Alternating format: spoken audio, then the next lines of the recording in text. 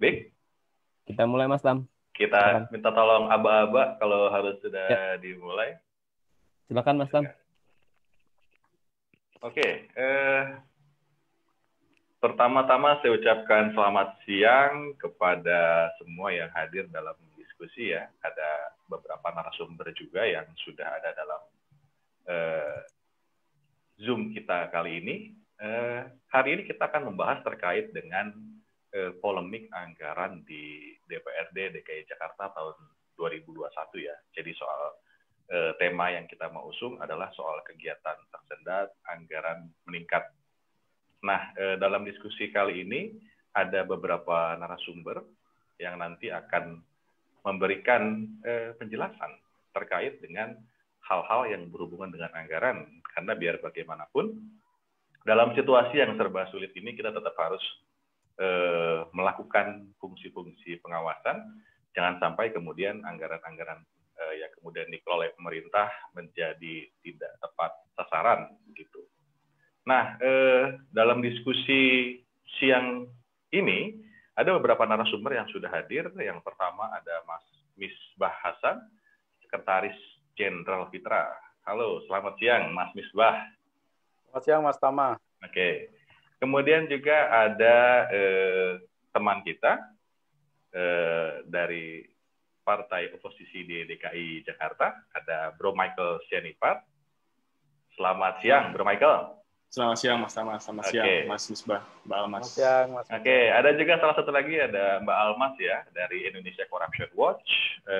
Dia peneliti yang memang punya banyak aktivitas yang berhubungan sama isu-isu politik dan reformasi birokrasi. Halo, selamat siang Mbak Almas. Halo Mas Tama, selamat siang. Oke, nah dalam diskusi siang ini kita juga mengundang banyak pihak sebetulnya, biar tidak hanya ada dari NGO saja, tidak hanya dari partai oposisi saja, kita juga sudah undang teman-teman DPRD yang lain, tapi memang ada beberapa pihak yang kita hubungi berhalangan untuk hadir. Kita juga mengundang dari pemerintahan DKI ya, dari Pemprov DKI ya, pemerintahan Provinsi DKI Jakarta, yang kebetulan juga berhalangan hadir. Katanya Pak Anies masih menghadapi paparan COVID-19. Mudah-mudahan segera sembuh dan bisa menjelaskan kepada kita soal bagaimana rencana-rencana anggaran, termasuk permasalahan yang hari ini akan kita bahas. Nah, untuk memulai diskusi siang ini, pertama-tama saya akan memberikan kesempatan sama Mas Misbah Hasan terkait dengan tema diskusi kita pada siang hari ini, mungkin akan menceritakan soal hubungannya dengan tema yang berhubungan sama anggaran ini, kemudian juga bagaimana kinerja DPRD, atau mungkin juga ada informasi-informasi lain seperti BPK misalnya. Nah, untuk itu kita berikan kesempatan terlebih dahulu kepada Mas Misbah untuk mempresentasikan poin-poinnya. Silakan Mas Misbah. Baik, terima kasih Mas Tama. Assalamualaikum warahmatullahi wabarakatuh. Selamat Waalaikumsalam. siang. Salam sejahtera bagi kita semuanya. Mas Michel, Mbak Almas, yang saya hormati, teman-teman semuanya yang pada siang hari ini berkesempatan untuk ikut diskusi publik ya, polemik anggaran DPRD DKI 2021, kegiatan tersendat dan anggaran meningkat. Ini menarik banget ya, meskipun sudah di akhir tahun dan suasananya mungkin sudah pikirannya sudah liburan ini. Tapi sejak pandemi ini antara liburan dan enggak sama aja, Mas. Jadi, sama aja ya. Sama aja.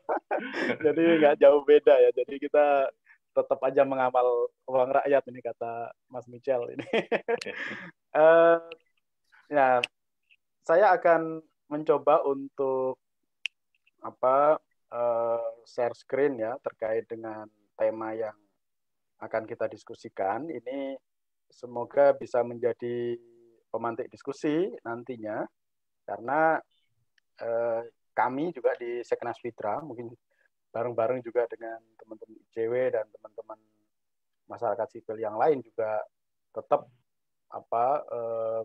mengawal seperti apa sih proses-proses perencanaan penganggaran yang ada di DKI Jakarta gitu ya. Kemarin sempat juga teman-teman DPRD juga bahas anggaran di Bogor gitu ya, di Puncak itu juga mungkin nanti juga perlu kita diskusikan gitu ya. Ini ada hal yang menarik soal kenaikan tunjangan di RKT 2021 dan nanti saya akan coba menyinggung sedikit tentang kinerja DPRD DKI di 2020. Yang pertama ini yang sebenarnya menjadi polemik ya, terkait dengan kenaikan pendapatan DPRD DKI di APBD 2021. Ini yang saya tampilkan ini sebenarnya masih rancangan, nanti Mas Michel bisa mengkonfirmasi ya setelah ditetapkan posturnya seperti apa gitu ya.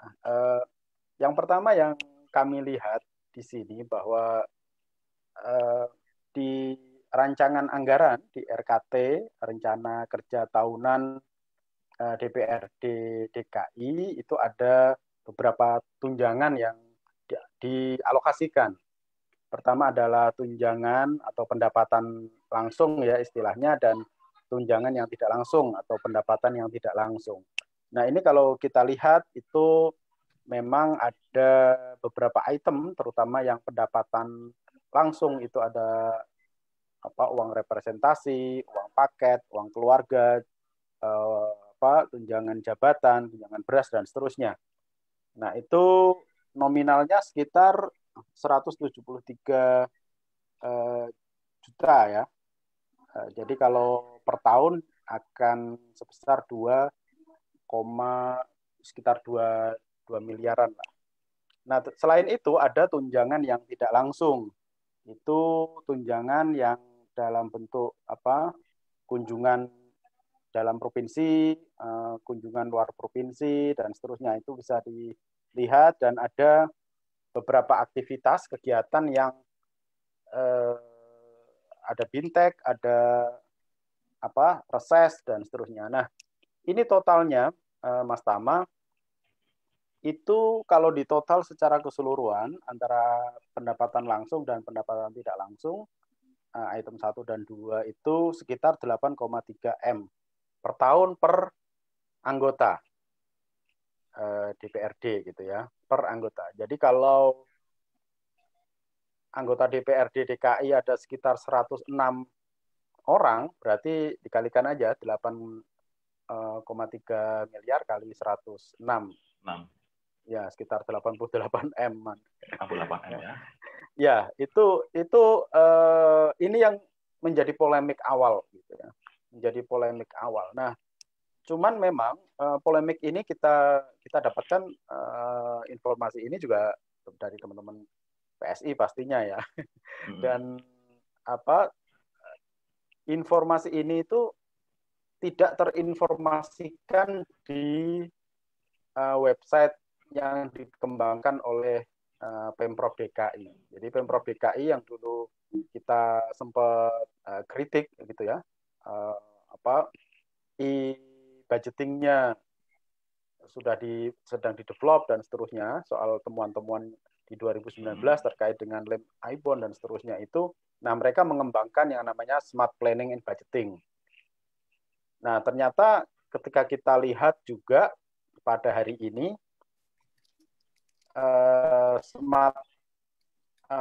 aplikasi Smart APBD DKI ini juga tidak smart amat gitu. Artinya masih sangat minim informasi gitu, Mas. Jadi kalau kita cari rincian kayak gini ini nggak ada. Oke. Jadi nggak muncul gitu. Banget ternyata. Nggak smart banget. Itu jadi menurut saya aplikasi ini juga masih sangat, kalau aku masih sangat minim informasi ya. Kalau kita di sini ada menu terkait dengan dokumen APBD, itu hanya ada APBD DKI 2020 yang penetapan, gitu ya. Jadi yang perubahan sudah ada, tetapi ya masih di rancangan ya, di RAPBD perubahannya. Kalau informasi-informasi terkait dengan laporan keuangan, laporan APBD itu belum ada di Smart APBD ini. Jadi memang masyarakat warga DKI agak kesulitan ya ketika ingin terlibat di dalam proses-proses perencanaan penganggaran karena informasi yang ditampilkan di website Pemda ini juga masih sangat minim. Itu yang pertama. Terus yang kedua, terkait dengan polemik kenaikan pendapatan DPRD ini, Seknas Mitra juga melakukan penyikapan ya beberapa rilis yang kita sebar ke teman-teman media. Kita sebenarnya menolak kenaikan tunjangan itu karena pertama pertimbangannya ini masih di masa-masa pandemi COVID-19, ya, sangat tidak layak kalau kemudian DPRD menaikkan tunjangan-tunjangannya gitu ya, bahkan per tahun hampir 8,3 miliar per orang per anggota DPRD. Nah, ini yang menurut kita juga sangat disayangkan, sense of crisis-nya menurut saya sangat lemah ya di mana angka kemiskinan di DKI justru bertambah ya ketika pandemi ini, naik 4,5% kan dari 3,5% itu. Jadi ini luar biasa. Harusnya anggaran-anggaran yang ada yang sekarang ini disepakati sekitar 84,6 triliun ya kalau nggak salah ya, sekitar 84 triliun itu di 2021 itu harusnya bisa difokuskan untuk pertama ya penanganan COVID-19, dan yang kedua bagaimana ekonomi di tingkatan masyarakat itu bisa berputar lebih cepat. Nah, itu yang menurut saya perlu diutamakan gitu ya. Nah, ini beberapa sikap yang kami pilih terkait dengan usulan kenaikan tunjangan DPRD DKI di RKT ya 2021 itu. Itu kira-kira. Terus, nah, mengapa kita menolak kenaikan tunjangan itu? Kita juga melihat selain tadi ya suasana situasi COVID, yang kedua adalah soal kinerja DPRD DKI di 2020. Kalau di bidang legislasi sebenarnya ada 9 perda yang dilahirkan ya selama 2020 ini. Tetapi kalau kita cermati lebih jauh, mana sih yang betul-betul terkait dengan masyarakat, itu hanya 2 sebenarnya. Yaitu perubahan perda ini masih perubahan. Jadi kalau perubahan sebenarnya tidak menyusul dari awal gitu ya, tentang pengelolaan sampah. Mungkin ini ada kaitannya dengan masyarakat. Dan yang kedua adalah Perda nomor 2 2020 tentang penanggulangan COVID. 2 itu. Kalau yang lain sebenarnya perubahan-perubahan perda dan mungkin perda tentang pencabutan perda yang sebelumnya gitu. Jadi yang tidak terkait langsung sebenarnya dengan masyarakat. Nah, ini yang sebenarnya yang ingin saya katakan, kecuali ya perda-perda APBD perubahan ini kan reguler ya, yang setiap tahun harus dibahas dan ditetapkan memang mau nggak mau gitu. Nah, itu ya, jadi yang ingin saya katakan bahwa sebenarnya kinerja DPRD DKI di 2020 juga tidak bagus-bagus amat gitu. Jadi masih lemah ya dari sisi legislasi. Terus yang kedua, sebenarnya ini soal fungsi kontrol dewan juga ya, bahwa sebenarnya kalau kita kupas, meskipun DKI ini sekarang di audit 2019 itu mendapatkan opini WTP gitu ya, sebenarnya masih banyak ya catatan-catatan yang itu seharusnya bisa ditindaklanjuti oleh dewan. Misalnya ini salah satu contoh aja, catatannya cukup banyak, nanti bisa ditampilkan soal bagaimana menindaklanjuti piutang pajak daerah ini. Jadi setiap tahun itu ada sekitar 9 M, bahkan 9 triliun gitu ya, yang sebenarnya tidak bisa ditarik menjadi pendapatan daerah. Di 2018 itu ada 9,04 triliun, di 2019 ini justru naik gitu ya, 9,38 triliun. Nah, ini yang menjadi PR sebenarnya seperti apa sih? Sebenarnya ada potensi-potensi pendapatan daerah yang besar, tetapi kinerja dari mungkin dinas pendapatan yang masih lemah. Mungkin itu beberapa catatan ya. Catatan yang lain soal di pendapatan daerah juga ini sebenarnya ada banyak sih yang kita lihat soal di pendapatan, misalnya pungutan pajak hiburan insidental ini juga masih bermasalah ya, tidak sesuai dengan ketentuan, terus penetapan pungutan pajak bumi bangunan. Jadi banyak sekali potensi-potensi pendapatan yang kemudian itu kemudian berpotensi hilang. Itu dari sisi pendapatan. Kita belum bicara yang dari sisi belanja. Itu kira-kira Mas Tama yang bisa saya sebagai pancingan saja untuk diskusi. Terima kasih. Terima kasih Mas Misbah. Sebetulnya ada banyak hal ya yang kemudian menarik tadi disampaikan. Misalnya tadi soal anggaran kenaikan untuk anggota DPR bisa 8,3 miliar per tahun, padahal kinerjanya kita harus pertanyakan ya, misalnya soal bagaimana proses legislasinya, perda nggak mungkin diproduksi dan tidak banyak juga yang bersentuhan dengan masyarakat. Kemudian juga ada fungsi kontrol dewan yang mungkin juga belum maksimal, khususnya untuk melihat soal fungsi-fungsi audit BPK ya. Ada banyak temuan tadi, ada bicara soal pendapatan maupun sektor pengeluaran negara. Ya ini menarik juga ya, artinya perdanya nggak banyak yang keluar, tapi kok minta sosialisasi buat perda, itu gimana ya? Artinya juga secara kinerja memang masih banyak yang perlu dievaluasi. Nanti kita akan diskusikan soal poin-poin yang disampaikan. Nah, selanjutnya saya akan berikan kesempatan sama Bro Michael ya untuk memberikan catatannya terkait dengan tema diskusi kita pada siang hari ini, karena salah satu pihak yang cukup keras merespon agenda-agenda kenaikan anggaran adalah teman-teman dari PSI. Nah, untuk itu saya persilahkan Bro Michael untuk memberikan catatannya. Thank you, Bro Tama, Bro Misbah. Sama Mas nih, kita kalau PSI Bro Sis, nggak apa-apa ya? Oke, biar terasa lebih mudah. Ya, thank you semua. Nah, Bro. Jadi mungkin saya langsung menanggapi dan menambahkan juga yang tadi disampaikan oleh Bro Misbah terkait dengan kenaikan RKT ini. Tadi poin yang paling penting dan terutama saya rasa itu dari proses yang disinggung ya. Bahwa proses pembahasan anggaran kali itu sangat tidak transparan, bahkan tadi dibuka di websitenya pun yang namanya smart budgeting sampai detik ini bentuknya seperti apa nggak ada yang tahu publik. Masih dalam apa istilahnya, masih under construction gitu. Di websitenya bilangnya seperti itu, data-datanya juga tidak tersajikan. E-budgeting dulu sudah sangat terbuka menurut saya, jadi saya agak bingung juga yang diperbaiki sekarang itu apa gitu. Kenyataannya APBD sudah diketok sudah hampir 1 bulan ini.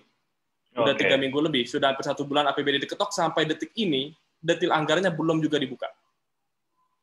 Kita ini banyak desas-desus RKT jadi naik atau enggak, tunjangan jadi naik atau enggak. Sampai detik ini enggak ada yang bisa memastikan. Kepada publik. Padahal sudah diketok. Iya. Dan ini sejujurnya, ini adalah alasan kenapa fraksi PSI waktu itu tidak hadir rapat paripurna pengesahan. Karena sehari sebelum rapat paripurna itu kami sudah minta secara terbuka, kami adakan press conference, meminta kepada DPRD dan juga Pemprov DKI, ya, dalam hal ini Pak Gubernur. Hari Minggu kami press conference, karena Seninnya itu paripurna pengesahan.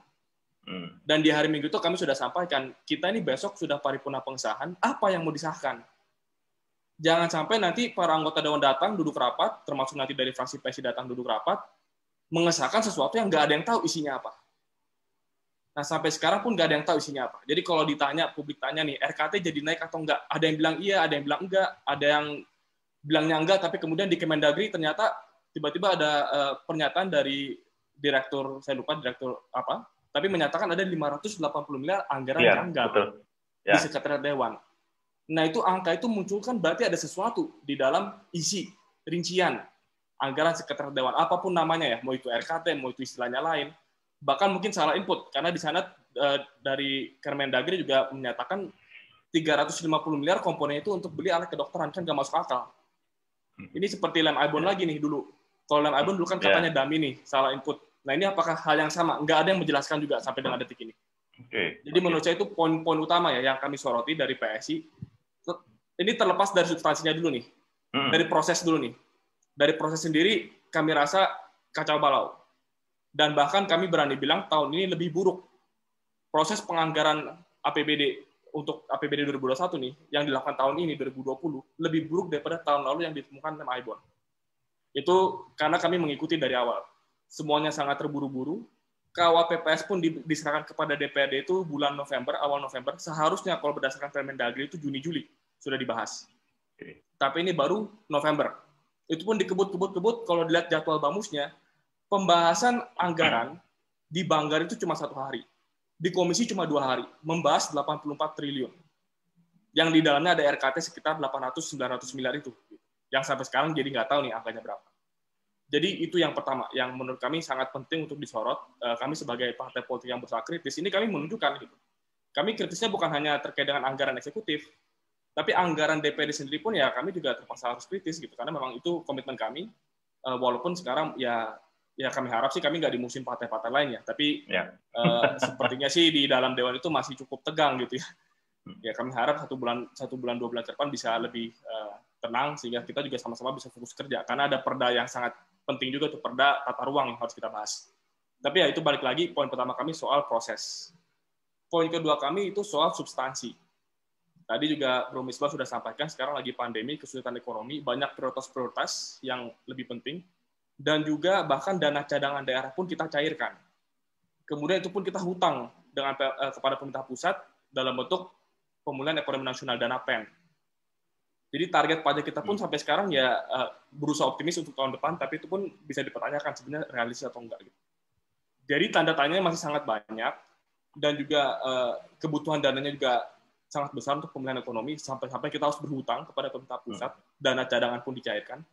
Nah ini yang kami rasa sangat tidak urgent, adanya kenaikan tunjangan yang sangat fantastis, dan juga banyak sekali kegiatan-kegiatan DPRD yang sebenarnya isi dan fungsi kegiatan tersebut bisa dipertanyakan. Nah ini saya mungkin saya minta share, saya langsung share aja ya. Ada file yang saya ingin share ini, saya share yang ini dulu deh. Kelihatannya file Excel ya yang ditampilkan ya. Kelihatan. Ya cukup jelas atau perlu di zoom? Sangat jelas. Cukup. Ya. Kita sudah bisa Jadi ini saya jelaskan dulu. Kita dapat data 2020, ini APBD 2020. Ini APBD 2020, data yang kita punya. Dan ini sebenarnya sempat bisa diakses di e-budgeting. Nanti saya buka websitenya, karena e-budgeting itu walaupun sudah di take down, tapi linknya masih bisa diakses. Kayak dulu lah, yang soal Lem Aibon udah pernah ditutup, tapi ya kita kan orang yang bukan bodoh-bodoh amat, ya linknya jadi bisa kita buka juga. Gitu. Jadi data sebenarnya masih ada. Yang 2021, ini yang E sama L, ini ada beberapa yang di-hide, karena ya kita langsung ambil yang pentingnya aja. 2021 ini yang usulan, yang termasuk di dalamnya itu ada 888 miliar. Rinciannya kira-kira seperti ini. Pendapatan langsung ini kalau pendapatan langsung itu uang yang ditransfer ke rekening anggota dewan setiap bulan. Pasti ditransfer. Itu termasuk uang representasi, uang paket, tunjangan keluarga, dan seterusnya gitu. Kemudian final RAPBD 2021 ini data, nah ini perlu saya kasih catatan, ini data yang kami dapatkan dari dalam gitu. Kira-kira gitulah ya. Artinya kita juga ada informan yang memberikan informasi kepada kami juga terkait dengan data APBD yang diketok. Walaupun sampai sekarang belum dibuka itu data, cuma ya kita tanya-tanya, coba cari informasi ya, ini data yang kami dapat. Jadi kira-kira performanya udah kita ubah supaya nggak ketahuan dapatnya dari mana. Tapi ya ini apakah datanya betul seperti yang atau enggak, jujur saja kita juga nggak tahu. Tapi saya percaya dengan sumber data kami, informan kami ya, kami rasa ini data yang kredibel gitu. Kalau memang ada yang ingin mempertanyakan apakah data ini betul atau enggak, ya dibuka saja. Gitu. Daripada kita berdebat, oh ini datanya kayaknya nggak akurat nih, ya kalau gitu nggak selesai, dibuka aja gitu. Tapi kami cukup yakin ini benar. Nah, saya tampilkan ini sekilas untuk menunjukkan APBD 2020 itu gaji dan tunjangan per anggota dewan sekitar 110 juta, 108 juta gitu per anggota dewan ini. Kemudian di usulan 2021 yang sempat beredar kepada publik, yang tadi Bro Misbah juga sudah buka gitu, itu naik ke 173 juta. Tapi ternyata di dokumen akhir nggak jadi naik tunjangannya.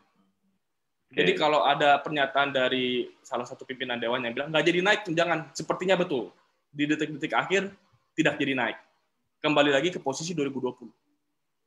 Nah, tapi yang di bawah-bawah ini nih, ada pendapatan tidak langsung, pendapatan tidak langsung. Ini istilah-istilah yang saya rasa bukan istilah baku ya, tapi di dalam kertas kerja sekretariat dewan tertulis seperti itu gitu ya. Ya kunjungan kerja itu ada tunjangannya juga di sana. BIMTEK dan Reses juga ada tunjangannya di sana. Itu ada kenaikan dari 2020 yang kolom D ini ke 2021. Kolom ini ada kenaikan-kenaikan. Tapi yang paling signifikan adalah anggaran sosialisasi. Oke. Jadi di 2020 itu sudah ada anggaran sosialisasi Perda sekitar 69 miliar. Anggaran reses juga ada 90, katakan 100 miliar ya biar bulat ya. Jadi 167 miliar tahun 2020. Nah, di 2021 muncullah sosialisasi kebangsaan, anggarannya itu 100 miliar. Sosialisasi Perda dari 69 miliar naik ke 199 miliar. Ada lagi sekarang sosialisasi rancangan Perda 50 miliar. Apakah betul ada kenaikan seperti ini? Ya hanya satu jawabannya, tolong dibuka datanya. Baru kita benar-benar tahu ini beneran atau enggak. Tapi kalau saya cukup yakin, karena ini data yang kami dapat dari sumber yang terpercaya gitu ya. Tapi dari kegiatan sosialisasi dan reses saja, dari 167 miliar di tahun 2020 naik ke 443 miliar. Ini kenaikan yang sangat signifikan. Okay. Jadi kalau bicara soal tadi tunjangan, bicara soal tunjangan, nggak jadi naik. Jadi kalau ada yang bilang nggak jadi naik tuh data itu hoax bahwa ada kenaikan. Memang nggak jadi naik. Tapi ternyata ada kegiatan-kegiatan lain yang tetap naik drastis. Saya rasa ini mungkin menyikapi kritik dari publik, sorotan publik, jadi memang tunjangan nggak jadi naik. Tapi ada banyak sekali yang naik juga. Gitu. Oke. Nah, kemudian saya juga mau share satu lagi, ini sekedar untuk, coba saya close yang ini dulu, saya buka lagi yang lain. Ini yang tadi saya bilang, datanya itu sebenarnya ada, masih bisa dilihat. Apa sih sebenarnya kegiatan RKT ini, isi-isinya? Nah, ini kalau APBD 2020. Ini di sistem e-budgeting ya, yang masih bisa diakses. Kalau punya linknya gitu, masih bisa lihat. Moga-moga setelah kita bahas ini nggak tiba-tiba ditutup ya aksesnya. Ya udahlah. Apa angkanya kan berubah? Ya, ini yang 2020 nih. Ada pelaksanaan reses 98 miliar. Ini kunjungan kerja komisi-komisi. Terus pembahasan Badan Pembentukan Perda ini, kalau dibuka banyak kegiatan sosialisasi Perda. Ini kita coba buka ya, contohnya. Kalau ini soal reses. Reses ini pengadanya banyak sekali, anggaran reses pengadanya banyak sekali. Kemudian sewa tendanya juga besar, 10 miliar total untuk sewa tenda, sewa sound system, snack, konsumsi. Jadi banyak sekali anggaran yang totalnya 100 miliar kira-kira ya. Itu reses, saya sekilas-sekilas saja karena kita waktu terbatas. Komisi, ini kunjungan kerja. Biaya hotel dan lain-lain, kemudian ada uang saku. Coba saya langsung scroll ke uang saku. Uang harian perjalanan nih. Jadi satu hari perjalanan dinas itu uang sakunya 4 juta. Jadi kalau misalkan 3 hari perjalanan dinas, kali 3 aja 12 juta itu. Potong pajak saya rasa mungkin ya 11 juta gitu. Ini dari kunjungan kerja. Nah, itu dari yang uang saku aja bisa habis 46 miliar. Gitu. Ini termasuk hotel, ya uang sakunya aja 20-an miliar. Kemudian yang ini sosialisasi Perda. Sosialisasi Perda itu jadi sistemnya setiap anggota dewan mengadakan 19 kali kegiatan. Kemudian di 19 kali kegiatan itu ada anggaran sewa tenda, sewa sound system, konsumsi juga ada, dan juga ada untuk narasumber juga ada, dan juga uang saku untuk peserta. Jadi setiap warga yang diundang ke acara Sosperda itu dapat uang saku 150.000. Kali 100 orang peserta, kali 19 kegiatan per anggota dewan bisa menyelenggarakan seperti itu. Kemudian yang terakhir ini misalkan contoh aja nih pansus. Pansus juga ada anggarannya, anggaran kunjungan kerja, ada tunjangannya juga, dan seterusnya. Ini saya stop sharing. Saya jelaskan itu tadi apa tujuannya. Untuk kasih kita semua gambaran bahwa itu yang sudah terjadi selama ini, sampai dengan 2020. Itu saja sebenarnya banyak sekali yang bisa dikritisi. Apakah betul? Contoh misalkan, apakah betul pada saat ada kegiatan sosialisasi Perda, 100 orang yang diundang benar-benar datang 100 orang? Apakah betul? Ini saya pakai tanda tanya ya, jadi saya nggak menuduh apa-apa, gitu. Saya bertanya gitu. Apakah betul setiap warga yang datang itu dikasih 150.000 uang transport? Apakah betul? Atau jangan-jangan ada yang cuma dikasih 50.000? Itu aja udah 30%. Ya, berarti 60% yang tidak diberikan. Gitu. Kemudian konsumsi, tadi ada budgetnya 47.000 per kotak. Apakah betul per kotak konsumsi itu sekian? Nah, kalau satu kotaknya segitu, dikali ribuan orang, dikali 106 anggota dewan, itu sudah puluhan miliar. Dan tahun depan, 2021, kenaikannya lebih signifikan lagi. Jadi, kenapa PSI serius gitu, sangat serius kami mengangkat isu RKT ini, walaupun mungkin banyak yang tidak senang gitu. Kita masuk 2019, anggaran ini semua udah ada, sosialisasi Perda udah ada tadi, kunjungan kerja udah ada tadi, gaji dan tunjangan sekian juga udah ada ya. Kita juga realistis, artinya ya kami pahami ini hal-hal yang sudah terjadi gitu. Tapi kalau tiba-tiba itu dinaikkan, yang sekarang berjajak kami sebenarnya banyak sekali yang bisa dikritisi, apalagi kalau dinaikkan secara luar biasa.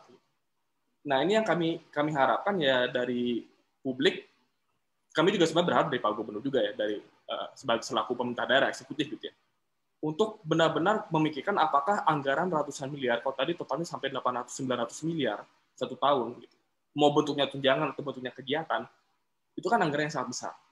Dan sebenarnya sejujurnya juga sangat rawan anggaran tersebut tidak tepat sasaran. Uang transportasi tadi tidak sampai kepada warganya, itu juga sangat rawan. Gitu. Nah, jadi ini kenapa kami nggak bisa sekedar menerima alasan, oh ini kan anggaran untuk masyarakat, kegiatannya untuk masyarakat. Tapi apa betul gitu? Kotak makannya, sewa tendanya, sewa sound systemnya, uang transportnya itu sampai semua. Karena ada 106 anggota dewan, dan ini juga fakta, bahwa setiap pelaksanaan tersebut, anggota dewan itu menunjuk liaison officer-nya sendiri. Jadi kalau ada argumen bilang bahwa, oh ini sekretariat dewan mengawasi semuanya. Tapi fakta di lapangan adalah penunjukan siapa sih yang melaksanakan ini semua, itu adalah orang yang ditunjuk oleh masing-masing anggota dewan. LO-nya itu ditunjuk oleh anggota dewannya sendiri. Kemudian dananya ditransfer ke si LO-nya tersebut. Gitu. Harus dibuatkan rekening Bank DKI. Tapi kita bahas ini, saya juga bahas ini bukan kita mau... kita juga bukan PSI nggak ingin sengaja kayak bikin ribut di internal DPRD, enggak gitu. Cuma ya kami rasa ini tidak bisa kami diamkan gitu. Karena kenyataannya mau dinaikkan secara signifikan dan kami sangat khawatir bahwa ini anggaran ratusan miliar gitu. Kalau 30% yang nggak usah bicara 50%, 30%-nya aja yang misalkan bocor gitu. Itu juga udah ratusan miliar gitu. Dari 900 miliar 30%-nya aja yang katakan bocor, itu aja udah 200-300 miliar gitu. Baru 30%. Nah, ini kenapa menurut kami ya harus kita perhatikan betul gitu. Dan mungkin terakhir dari saya, fakta bahwa Kemendagri menyatakan ada anggaran janggal 580 miliar, itu kan sebenarnya isinya ini semua gitu. Mungkin komponennya aja yang nggak tepat gitu ya. Artinya apa? Penyusunan komponennya ini pun juga asal-asalan. Dan ini kalau sudah di Kemendagri menyatakan begitu, berarti apa? Ini APBD yang sudah diketok. Ini beda loh dengan lem Aibon. Lem Aibon itu komponennya berantakan pada saat lagi dibahas. Jadi kalau ternyata kebuka nih, lem Aibon nih komponennya asal-asalan. Oh, ini kan masih pembahasan. Boleh argumen seperti itu, karena memang ya salah nggak, ya tetap salah gitu. Hanya karena sedang proses penginputan nggak boleh asal-asalan juga gitu. Tapi kalau sudah sampai ke Mendagri, berarti itu sudah final. Nah, pertanyaan Pak Gubernur dan rekan-rekan semuanya di DPRD, paham nggak bahwa komponen-komponen itu yang masuk? Karena pada saat rapat paripurna itu, dua-duanya mengetok loh. Ini TAPD, Ibu Sekda, Bapeda, BPKD ya, kemudian DPRD itu apakah memahami apa yang mereka ketok kemarin itu, yang sudah 3 minggu lalu diketok dan sampai sekarang datanya belum dibuka. Karena sudah diketok, kalau masih dibahas masih ada kesalahannya, kita masih publik ya, saya rasa publik bisa memaklumi lah, walaupun kalau bicara profesional harusnya nggak seperti itu. Tapi sudah diketok, dan ternyata ada 580 miliar yang komponennya berantakan. Sudah diketok. Kok bisa? Itu bukan angka kecil loh. Ini 6 kali lipatnya lem Aibon gitu. Lem Aibon kemarin kan 80 miliar, ini 6 kali lipatnya gitu. Jadi bagaimana bisa gitu? Kemana semua mekanisme internal yang mengawasi proses penyusunan anggaran ini? Kenapa kami bilang di poin awal kami tadi bahwa prosesnya ini bukan, jangan hanya substansinya, tapi prosesnya sendiri ini berantakan. Dan ini uang rakyat 84 triliun. Ini baru RKT, ini baru sekretariat dewan. Kita belum punya cukup waktu ngebahas dinas-dinas yang lain, jangan-jangan banyak juga di dinas yang lain seperti ini. Tapi kami juga dari PSI, endagi kami bahas ini aja sudah habis. Gitu. Dan ini kenapa kami berharap dari publik juga bisa terlibat. Dan data itu harus dibuka. Ya, itu aja dulu mungkin. Terima kasih. Oke, terima kasih Bro Michael. Jadi banyak sekali poin-poin yang coba saya tangkap dan saya rasa saya mendapatkan poin pentingnya dari apa yang sudah disampaikan. Artinya dari proses perencanaan yang memang juga masalah dan tidak akuntabel, kemudian proses pelaksanaan juga yang minim dari partisipasi publik, dan yang paling terakhir realisasi anggaran atau penggunaan anggaran-anggaran yang direncanakan juga memang membutuhkan pengawasan ekstra ya, karena bisa dibayangkan partai yang ada perwakilannya, ada fraksi di DPR tidak bisa akses data, apalagi kita dari masyarakat. Ya, ini juga menggenapi apa yang disampaikan oleh Mas Misbah tadi soal aplikasi smart ya nggak smart ya. Mungkin nanti kita bisa dalami soal apa yang disampaikan oleh Bro Michael. Selanjutnya saya akan berikan kesempatan sama Mbak Almas untuk memberikan catatannya dari ICW karena kita sudah mendapatkan banyak sekali poin-poin dari dua narasumber sebelumnya. Silakan Mbak Almas. Ya, terima kasih Mas Tama.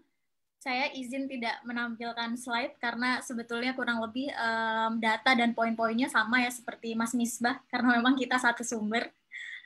Tapi paling tidak dari polemik tentang kenaikan anggaran DKI ini paling tidak ada 4 kritik dari ICW gitu ya. Yang pertama adalah tadi sudah disampaikan juga oleh Mas Misbah yaitu terkait dengan waktu atau momentum. Nah, sekarang momentumnya adalah pandemi COVID-19, waktunya ini kita masih dalam kondisi sulit gitu ya COVID-19. Sehingga rasanya bukan hanya tidak elok, tapi juga tidak pantas, tidak patut apabila kemudian pemerintah DKI Jakarta dan DPRD DKI Jakarta memutuskan untuk menaikkan anggaran kegiatan DPRD DKI gitu ya.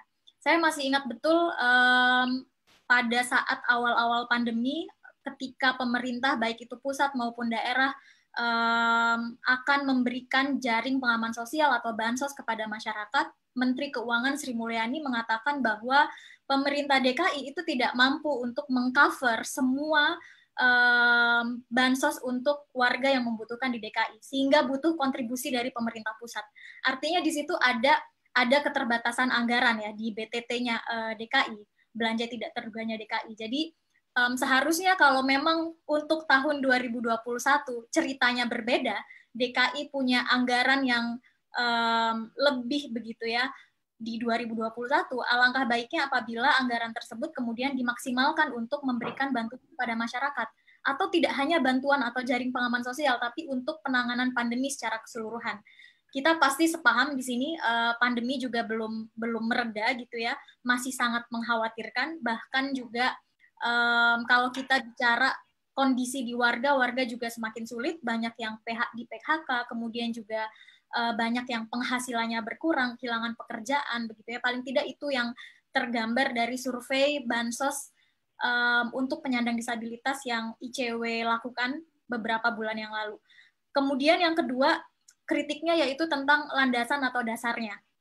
Kita itu tidak pernah disuguhi pada laporan secara terbuka mengenai kinerja DPRD DKI. Kalau tadi Mas Misbah menyebut soal pengesahan perda.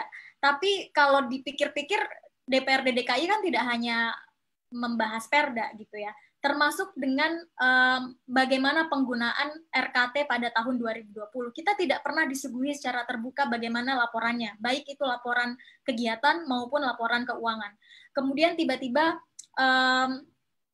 polemik muncul, wacana muncul untuk kenaikan anggaran RKT. Publik tentu kemudian bertanya-tanya, memangnya bagaimana DPRD itu melakukan kegiatan di tengah pandemi COVID-19 sehingga anggarannya butuh untuk dinaikkan. Jadi ini adalah apa ya, logika yang sangat simpel saya rasa. Di tengah pandemi COVID-19 seharusnya banyak anggaran yang bisa dihemat gitu ya. Dan mungkin DPRD DKI seharusnya membuat inovasi bagaimana membuat kegiatan yang menekan anggaran dan bisa menjangkau publik dengan lebih luas, misalnya dengan memanfaatkan teknologi dan sebagainya, tanpa harus kemudian menaikkan RKT yang teman-teman bisa bayangkan kalau ada 800, kenaikannya hampir 50%, kalau itu kemudian dikonvers menjadi bansos, akan ada berapa orang yang kemudian mendapatkan bansos, katakanlah misalnya 500 sampai 600 ribu gitu ya, dari anggaran itu. Kemudian yang ketiga adalah terkait dengan besaran dari kenaikan itu sendiri. Ini ICW jujur saja kami sepertinya terlambat ya untuk tahu. Setelah rame di media, setelah banyak ada teman-teman PSI, teman-teman Fitra, teman-teman Kopel, IBC, KPPOD, dan lain-lain, kami baru tahu ternyata anggaran RKT DPRD DKI itu naiknya sangat signifikan gitu ya. Tidak hanya naik 5-10%, tapi hampir kalau dari data yang tadi Bro Mike sampaikan itu hampir 50%. Dan kalau kita coba telaah lagi, kenaikannya memang betul tidak pada gaji gitu ya, sehingga seolah-olah ada pembenar dari DPRD DKI yang naik bukan gaji kok, tapi kegiatan yang memang itu tujuannya adalah menyerap aspirasi atau kembali lagi ke masyarakat tentang sosialisasi dan lain-lain. Tapi kalau kita perhatikan di situ, justru menurut saya ini semakin janggal, Mas Tama, karena komponen kenaikan terbesar itu pertama ada pada kunjungan kerja, ada luar provinsi dan ada dalam provinsi. Logikanya di tengah pandemi, bagaimana sih DPRD DKI akan melakukan pelaksanaan kerja-kerja itu? Apakah DPRD DKI sudah sangat yakin bahwa di 2021 kondisinya akan berubah gitu ya? Kita akan kembali tidak ada pandemi sehingga akan dengan leluasa kerja-kerja turun lapangan, baik itu di DKI Jakarta ataupun di luar provinsi gitu ya, sehingga anggarannya sangat bengkak dibandingkan dengan tahun 2020. Kemudian anggaran yang komponen kenaikan kedua ada pada kegiatan-kegiatan sosialisasi, baik Raperda, Perda maupun kebangsaan. Nah, selain ini, saya rasa kegiatannya juga akan terhambat di tengah pandemi. Juga yang kedua adalah mungkin ini salah satu wujud anggaran yang didesain dengan boros gitu ya. Untuk kegiatan sosialisasi Perda saja, kalau dari data yang tadi ditampilkan Bro Mike, ada 198 miliar, artinya per tahun setiap anggota DPRD DKI akan punya anggaran 1,8 miliar untuk sosialisasi Perda, ini belum sosialisasi Raperda dan sosialisasi kebangsaan, atau 156,4 juta per bulan. 156,4 juta per bulan hanya untuk sosialisasi Perda. Padahal kalau menurut saya berkaca dari bagaimana juga ICW melakukan kerja-kerja kampanye, kerja-kerja sosialisasi, kerja-kerja pendidikan anti korupsi, kegiatan-kegiatan seperti itu sangat bisa dilakukan dengan budget yang minim gitu ya. Seandainya DPRD DKI mempunyai sistem yang lebih hemat anggaran sebetulnya dan lebih jangka panjang gitu ya. Saya rasa ini anggaran justru tidak hanya bisa dihemat untuk anggaran 2021, tapi juga untuk di tahun-tahun berikutnya. Apalagi ini DKI Jakarta, di mana DKI Jakarta adalah ibu kota, orang-orangnya sudah sangat teknologi savvy gitu ya, sangat ramah terhadap kemajuan teknologi, terhadap aplikasi-aplikasi digital dan lainnya, sehingga saya rasa justru anggaran sebesar itu kegiatan ini bisa ditekan dengan desain kegiatan dan anggaran yang lebih berhemat dan justru bisa bermanfaat jangka panjang gitu ya. Kalau tatap muka mungkin yang datang 100 orang dan anggarannya per bulan 156 juta. Bisa dibayangkan kalau kita mulai beralih ke teknologi ataupun tidak sepenuhnya 50-50 gitu ya, mungkin jangkauannya lebih besar lagi. Dan ini mungkin yang selain kritik juga masukan untuk DPRD DKI dan Pemprov DKI. Kemudian kritik yang keempat ini adalah soal keterbukaan dan atau transparansi kepada publik. Saya ingat tahun lalu ketika ICW juga mengkritik pembahasan perencanaan anggaran DPRD DKI, kami mengirimkan surat permohonan informasi ke PPID atau Pejabat Pengelola Informasi dan Dokumentasi DKI Jakarta terkait dengan data KUA PPAS dan dokumen-dokumen perencanaan anggaran yang lain. Waktu itu saya ingat juga Mas Misbah Fitra juga melakukan hal yang sama, dan kemudian direspon oleh PPID DKI Jakarta setelah sekian lama gitu ya, menunggu batas akhir respon surat itu habis sesuai dengan Undang-Undang KIP, dan responnya adalah pemerintah Provinsi DKI menurut Permendagri itu tidak wajib untuk membuka dokumen anggaran yang sifatnya belum final. Walaupun kalau kita buka lagi undang-undang dan Permendagrinya, tidak ada juga larangan bagi Pemprov DKI ataupun kepala daerah yang lain gitu ya, pimpinan daerah yang lain untuk membuka dokumen anggaran gitu.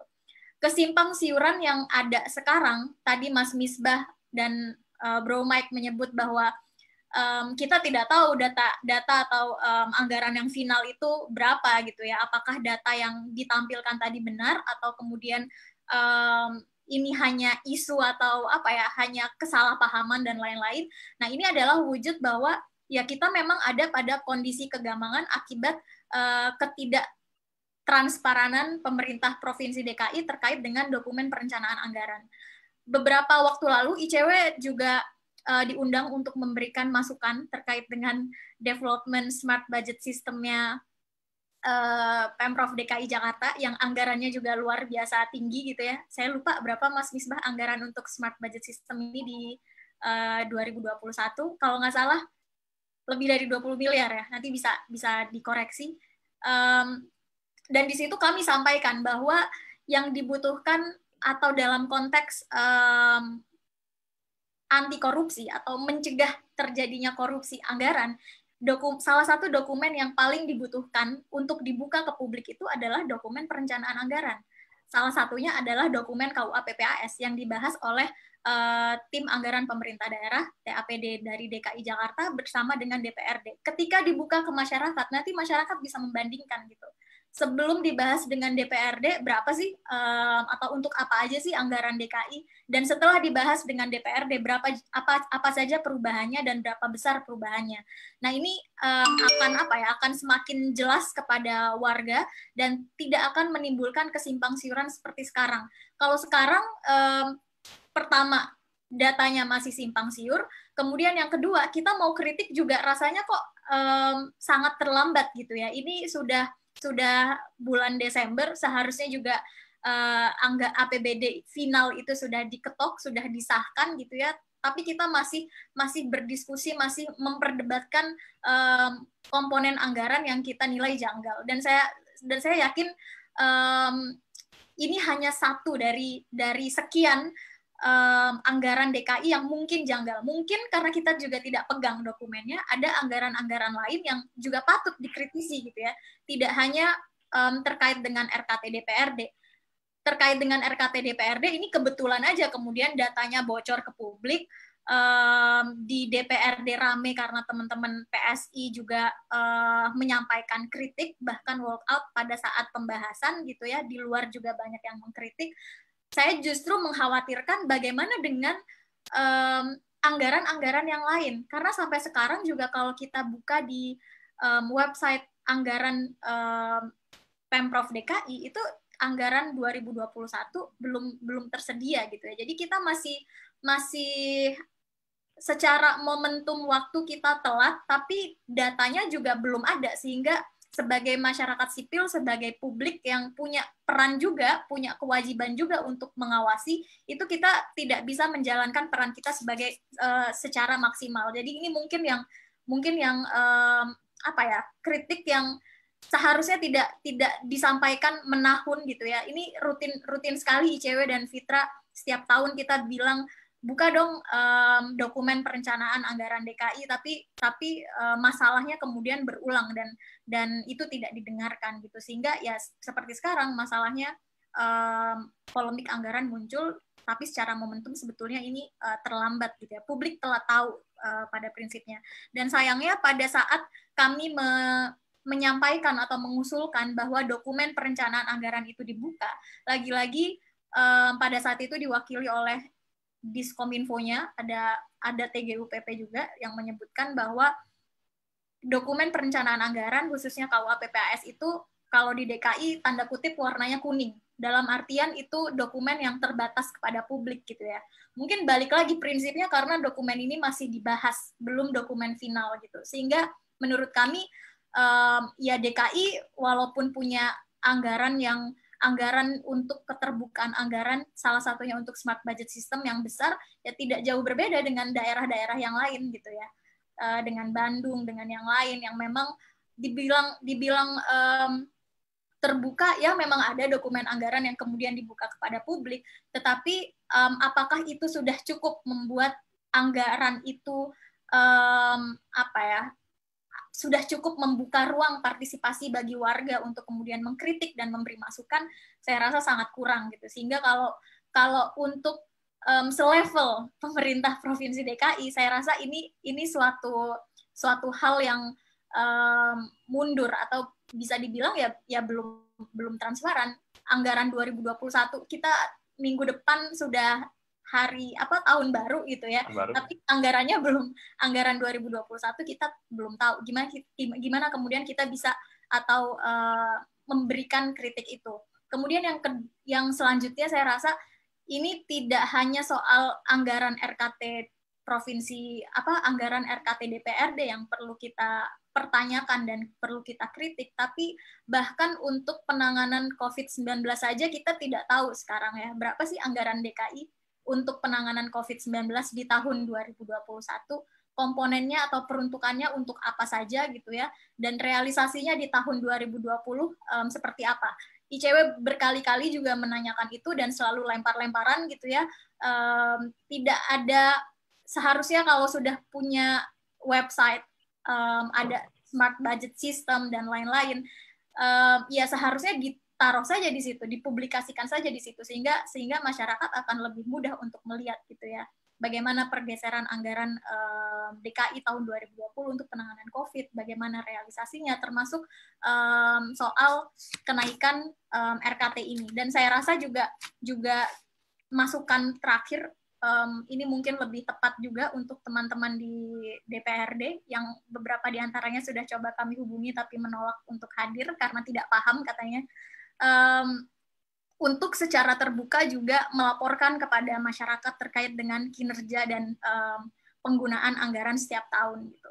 Jangan kemudian hanya hadir untuk bilang gaji kita kecil atau tunjangan kegiatan kita kecil sehingga tidak maksimal untuk melakukan kerja-kerja di tengah masyarakat gitu ya, tapi juga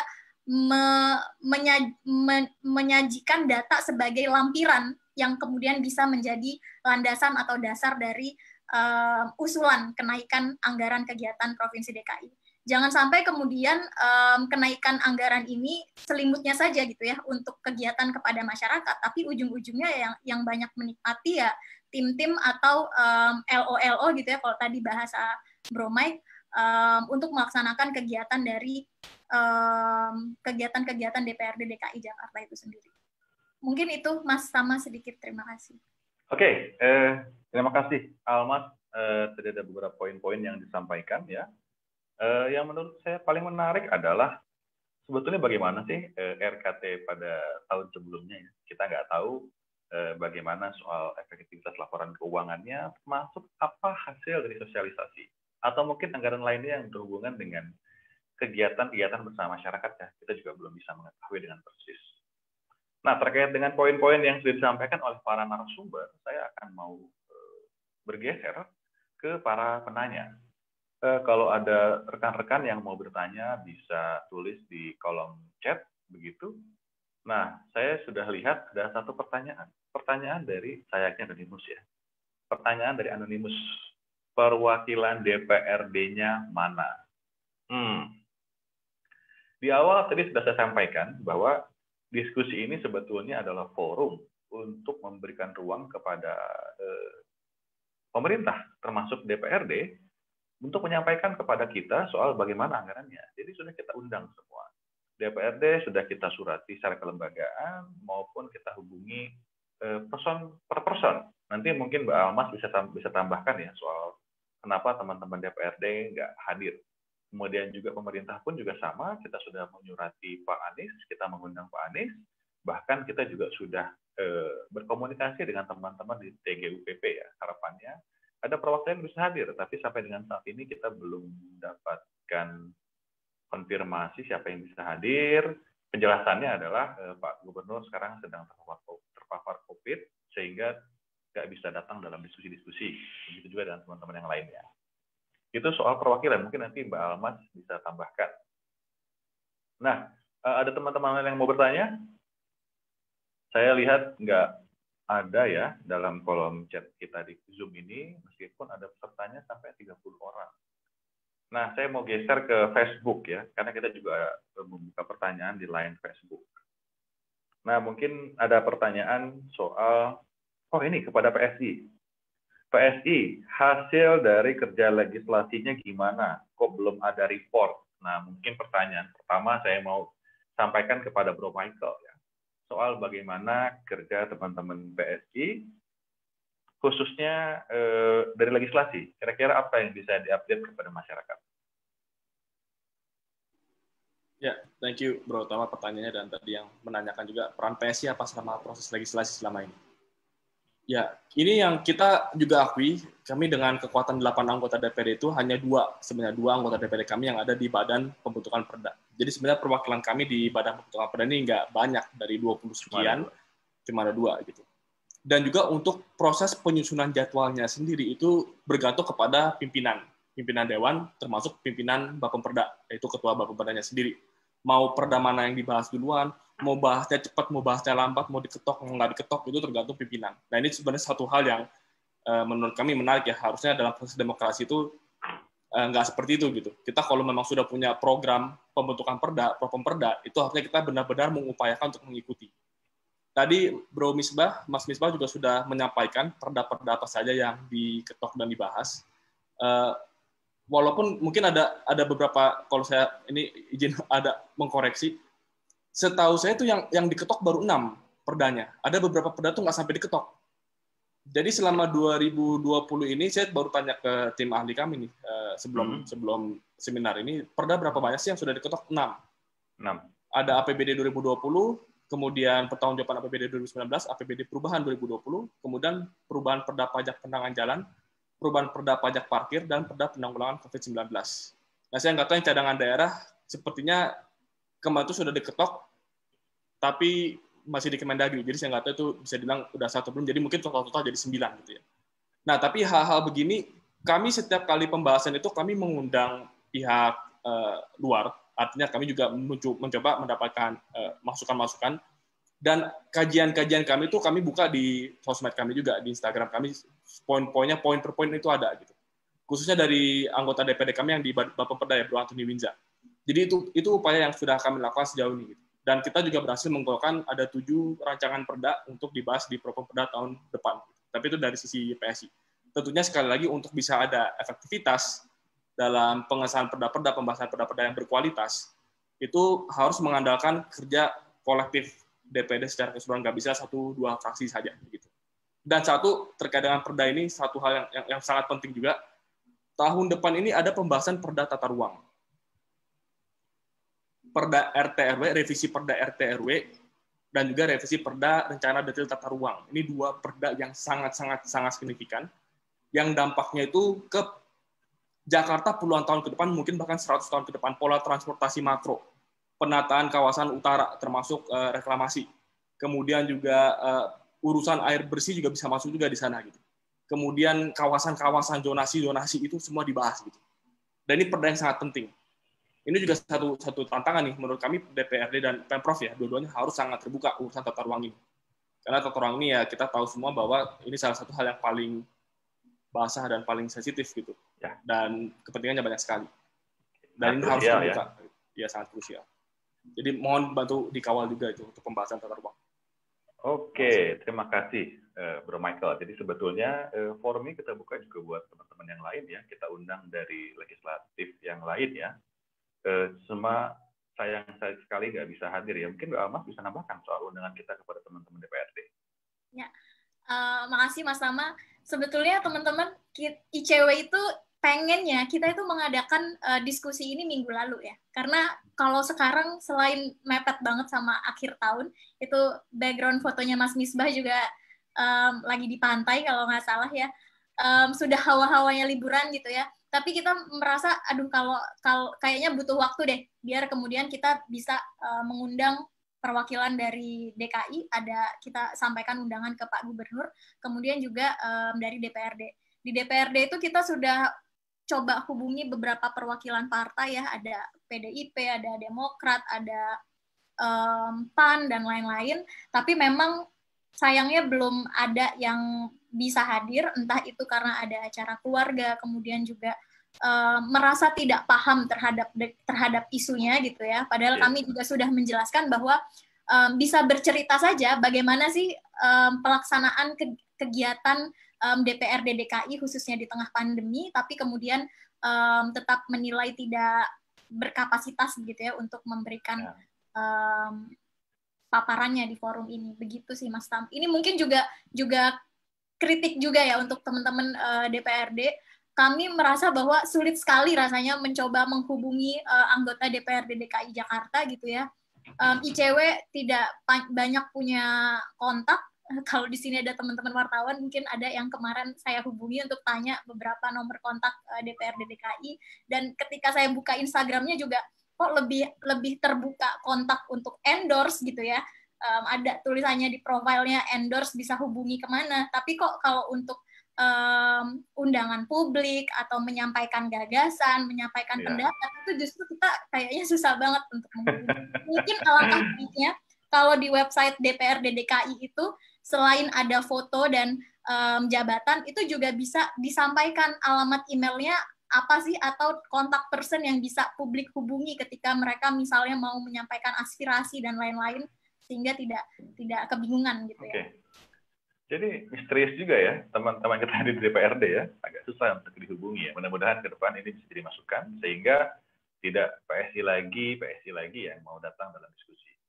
Nah, mungkin selanjutnya saya mau geser pertanyaannya ke Mas Misbah ya. Jadi di kolom chat itu ada yang menanyakan terkait dengan apa sih manfaat yang kemudian bisa dirasakan oleh masyarakat terkait dengan anggaran-anggaran dari pemerintahan DKI yang sekarang sudah berjalan. Jadi mungkin ini lebih ke soal bagaimana realisasinya dan bagaimana manfaatnya. Karena beberapa teman-teman bilang ini mereka sudah menghabiskan anggaran yang sangat besar buat membangun. Contohnya trotoar, tapi trotoar tidak bisa dinikmati oleh pejalan kaki. Nah, mungkin saya mau ke Mas Misbah ya terkait dengan pertanyaan tadi soal bagaimana sebetulnya realisasi anggaran di Jakarta dalam mungkin beberapa tahun terakhir ya, terutama kebermanfaatannya buat publik. Ya, ini menarik ya kalau kita refleksi beberapa tahun terakhir, terutama pada periode 3 tahun terakhir lah, 2017, 2018, 2019 gitu ya. Itu memang DKI pun mengalami persoalan yang sama. Yang pertama adalah terkait dengan serapan anggaran. Itu hampir tiap tahun APBD DKI hanya terserap sekitar 80-an% dari total APBD. Itu ya kalau ingat saya. Terus dan memang yang perlu dipertanyakan adalah grand design terkait dengan pembangunan infrastruktur yang mungkin dari prosesnya memang tidak atau kurang partisipatif gitu ya, sehingga pembangunan yang terlihat, yang dirasakan itu sebenarnya tidak terlalu bisa dinikmati oleh masyarakat gitu ya. Nah itu biasanya memang itu dilempar ke semacam konsultan gitu yang kemudian pembangunannya memang didesain secara tidak melibatkan masyarakat ya, memang mengikuti apa yang dikatakan oleh konsultan misalnya. Nah itu yang menurut saya selama ini kebermanfaatan dari program-program misalnya kayak trotoar misalnya itu kan juga masih terkendala ya, masih problem. Sementara eranya itu sudah pada era untuk menggunakan transportasi umum kayak Gojek atau apapun gitu ya, menggunakan aplikasi yang itu seharusnya dibikinkan tempat-tempat yang lebih lebih ramah terhadap para pengendara misalnya. Nah itu yang memang beberapa catatan yang dalam 2 tahun terakhir ini itu yang menjadi problem. Jadi antara pembangunan antar dinas ini sebenarnya juga banyak sekali permasalahan-permasalahan terkait dengan koordinasi, gitu ya, antara pembangunan jalan, trotoar dengan mungkin fasilitas-fasilitas umum yang seharusnya bisa dinikmati oleh masyarakat. Itu sih kira-kira secara umum Mas Tama yang bisa kita refleksikan ya, kita bisa merasakan sendiri ya bagaimana proses pembangunan yang ada di DKI Jakarta gitu.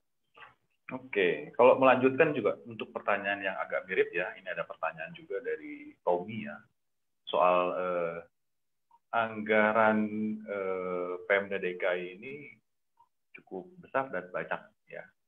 ini bagaimana soal penggunaan anggaran-anggaran tersebut untuk ASN di DKI? Itu anggaran cukup besar ya. Mas Misbah punya penilaian soal ini? Anggaran alokasi anggaran untuk belanja pegawai kan cukup tinggi ya. Bagaimana Mas Misbah melihat Untuk apa? soal anggaran ASN, anggaran ASN? ASN di DKI kan cukup besar ya. Itu bagaimana Mas Misbah? Nah itu memang coba saya kita tunjukkan angkanya ya. Sebentar. Masih ada nggak ya?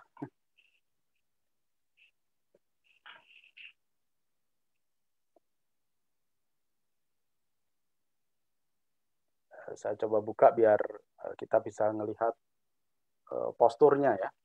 Oke. Pertumbuhan, bentar.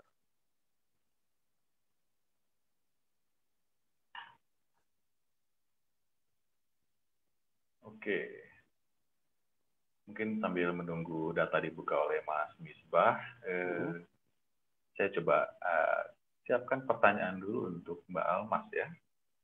Ada pertanyaan nih dari teman-teman di Facebook, dari Arif Perdana, terkait dengan aneh ya, anggaran di DKI ini nggak transparan, susah diakses. Tapi kok pejabatnya nggak ada yang ketangkap oleh KPK? Kan kantornya dekat. Ini mungkin gampangnya begini. Bagaimana dengan anggaran yang nggak transparan, itu kemudian kok upaya penegakan hukumnya nggak berjalan? Apakah ternyata fungsi pengawasan dari penegak hukum itu nggak berjalan atau seperti apa? Mungkin nanti saya akan kasih pertanyaan tersebut ke Mbak Almas ya. Tapi sebelum ke Mbak Almas, mungkin saya mau kembali ke Mas Misbah. Kira-kira sudah ada Mas informasinya? Belum Mas. Silakan Mbak Almas dulu. Oke. Saya geser ke Mbak Almas dulu ya. Gimana Mbak Almas terkait dengan pertanyaan ini? Ini pertanyaan dari Arif Perdana di Facebook.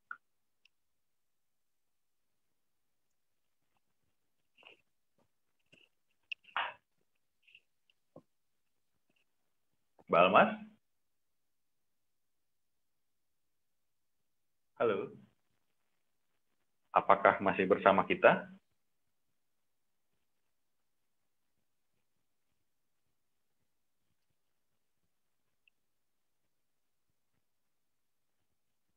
Oke, mungkin saya bisa ngerespon. Oke, boleh, silakan.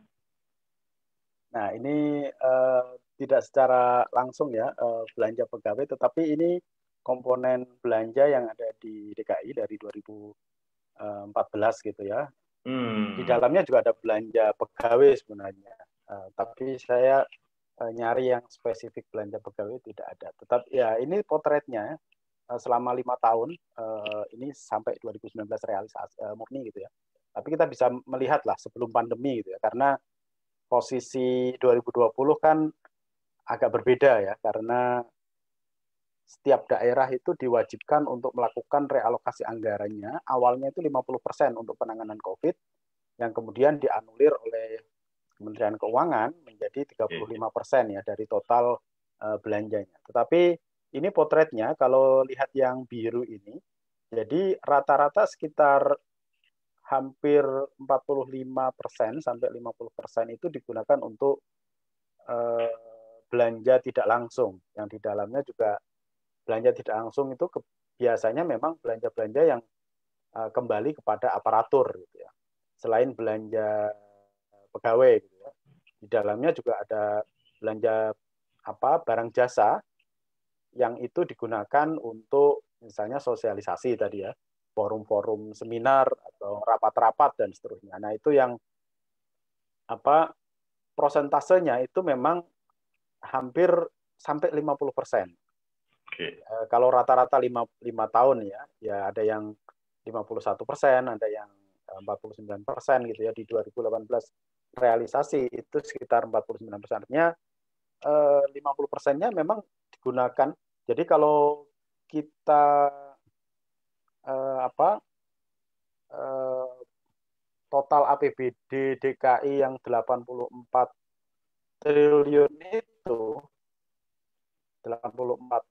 itu berarti sekitar 42 triliunnya kembali ke ASN. Nah, itu yang sudah pasti ya, yang sudah langsung pasti. Nah, di dalam belanja langsung itu kan belanja-belanja kegiatan. Nah, kalau kita tracking lagi itu di dalamnya juga ada belanja makan minum, belanja perjalanan dinas, yang itu juga dinikmati oleh ASN juga.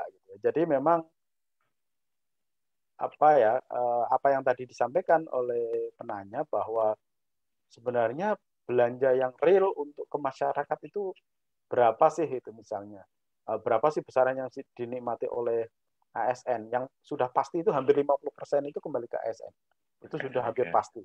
Yang lain-lain dari kegiatan-kegiatan itu juga bisa dinikmati oleh ASN. Itu kira-kira, Mas. Terima kasih. Kita dapat pencerahan yang menarik ya, bahwa ternyata dari anggaran yang sangat besar pun 50%-nya ternyata sebagian besar pun kembali kepada ASN. Nah, mungkin menyambungkan dengan apa yang tadi disampaikan oleh Bro Michael terkait dengan perincian anggaran untuk sosialisasi. Nah, menurut Mas Misbah, kira-kira bagaimana dalam konteks anggaran? Ini ada belanja pegawai. Ini ada belanja pegawai. Ada belanja pegawai. Nah, ini potret belanja pegawai di 2015 sampai 2018 yang realisasi itu ya. Itu trennya memang ini khusus belanja pegawai ya. Di 2015 itu 40%, 2016 itu 41%, 2017, 2018 36%. Jadi ini era Anies kan 2017 ya kalau nggak salah ya. 2017 ya. Itu yang spesifik untuk belanja pegawai. Nah, tapi ya tadi kalau di belanja tidak langsung dan belanja langsung itu sebenarnya juga banyak kegiatan-kegiatan yang item komponennya tadi Bro Michael pasti tahu item-item di dalamnya itu ya untuk perjalanan dinas, untuk macam itu kira-kira Mas Tama. Mungkin sedikit melanjutkan Mas Misbah terkait dengan tadi Bro Michael sudah sampaikan kan bahwa dalam postur anggaran RKT tadi tidak hanya bicara soal kenaikan tunjangan, tapi juga ada anggaran lain seperti sosialisasi. Nah, bagaimana dalam konteks anggaran hal ini dilihat? Karena kan itu kerjaan eksekutif, gitu. Apakah kemudian memang itu diperlukan? Apalagi misalnya sampai per orang mendapatkan nominal uang atas sosialisasi tersebut, misalnya, bagaimana Mas Misbah melihat hal ini? Ya, kalau kritik saya sebenarnya kegiatan-kegiatan itu bisa diakumulasikan. Maksudnya itu kan harusnya diselenggarakan oleh Sekwan, Sekretaris Dewan. Jadi dan penyelenggaraannya, perhitungannya tidak harus per person ya, anggota Dewan, tetapi bisa diselenggarakan misalnya di Dapil A misalnya, itu kan ada lintas partai lah, itu kan tidak masalah ya, hanya untuk sosialisasi hal yang sama, sosialisasi kebangsaan itu kan temanya sama misalnya. Harusnya itu bisa diselenggarakan secara kolektif gitu Mas. Jadi nggak per orang gitu ya, nggak per anggota dewan. Hitungannya tidak per orang gitu. Dan apalagi tadi usulan Mbak Almas misalnya, apabila diselenggarakan menggunakan teknologi semacam ini, apalagi kondisinya masih COVID dan masih tinggi, gubernurnya juga terpapar gitu kan. Nah, itu harusnya menjadi pembelajaran juga bahwa ya saat sekarang ini memang eranya ya teknologi. Jadi sosialisasi itu harus mulai menggunakan platform-platform yang IT based gitu ya. Tidak lagi manual, pertemuan yang menghadirkan banyak orang secara fisik gitu. Itu kira-kira sih Mas Tama. Terima kasih Mas Misbah. Mungkin saya mau geser ke Almas ya. Tadi ada pertanyaan yang terputus ya. Intinya sih lebih ke soal monitoring ya. Artinya kalau bicara soal diskusi yang sudah kita lakukan dari siang tadi, itu kan menjelaskan banyak hal, dari mulai perencanaan, dari mulai penganggarannya, dari mulai realisasinya. Ini sangat tertutup informasinya. Nah, bagaimana Mbak Almas melihat hal ini? Kenapa nggak ada respon dari penegak hukum ya? Karena kan potensi penyimpangan pasti sangat besar sekali. Ya, Mas Tama. Sebetulnya untuk korupsi di DKI Jakarta bukan tidak ada ya. Mungkin terlihatnya itu sepi di publik atau di pemberitaan karena tidak ada jabatan tinggi, misalnya adalah kepala daerahnya atau anggota DPRD-nya yang kemudian ditetapkan sebagai tersangka oleh aparat penegak hukum. Kalau berdasarkan rilis ICW di tren penindakan kasus korupsi paling tidak tahun ini semester 1 Januari sampai Juni 2020 itu, kalau saya nggak salah nanti Mas Tama bisa koreksi, sekitar ada 7 atau 9 gitu ya korupsi di DKI Jakarta, yang nilai kerugian negaranya juga tidak kecil gitu ya. Banyak daerah lain yang secara kasus itu lebih banyak tapi nilai kerugian negaranya nggak sampai 1 triliun total. Nah, DKI Jakarta itu seingat saya sekitar 17 triliun sekian nilai kerugian negara yang terjadi dari kasus-kasus korupsi itu. Jadi pertama ada, walaupun memang mungkin saya percaya juga bisa aja ada banyak juga kasus korupsi yang kemudian belum tersentuh oleh aparat penegak hukum. Nah, penindakan kasus korupsi ini kan tidak hanya bergantung pada ada korupsi atau tidak saja, tapi juga pada keaktifan dari aparat penegak hukum itu sendiri, gitu ya. Termasuk mungkin dari peran masyarakatnya juga. Saya jadi ingat ICW 2 tahun yang lalu itu pernah menyampaikan catatan kepada KPK terkait dengan korupsi yang dilakukan oleh kepala daerah, dan di situ kami menyampaikan bahwa korupsi itu yang ditindak oleh aparat penegak hukum termasuk KPK itu salah satunya paling banyak terjadi di Jawa Timur, yang kemudian dijawab oleh KPK bahwa data itu tidak terserta-merta menyimpulkan bahwa Jawa Timur adalah provinsi yang terkorup. Ternyata laporan dari masyarakat yang paling banyak masuk ke KPK itu salah satunya dari Jawa Timur gitu. Jadi mungkin ini yang juga mempengaruhi atau menjadi faktor. Mungkin kalau informasi banyak dibuka, akses masyarakat banyak dibuka, sehingga masyarakat lebih mudah dan lebih terbuka perannya untuk mengawasi, sehingga masyarakat juga bisa menemukan potensi-potensi korupsi dan bisa melaporkan ke aparat penegak hukum. Jadi itu mungkin jawaban singkatnya, Mas Tam. Oke, terima kasih Mbak Almas. Jadi tadi teman kita Eka Simanjuntak dan teman-teman yang lain yang menanyakan hal yang serupa ya soal penindakan tadi, saya rasa mudah-mudahan terjawab.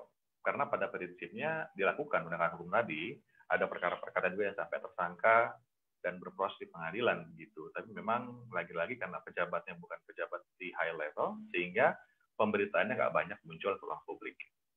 Nah mungkin selanjutnya saya mau menanyakan terkait dengan anggaran-anggaran yang berhubungan sama COVID ya. Karena tadi juga disinggung oleh Bro Michael, ada perda soal COVID gitu.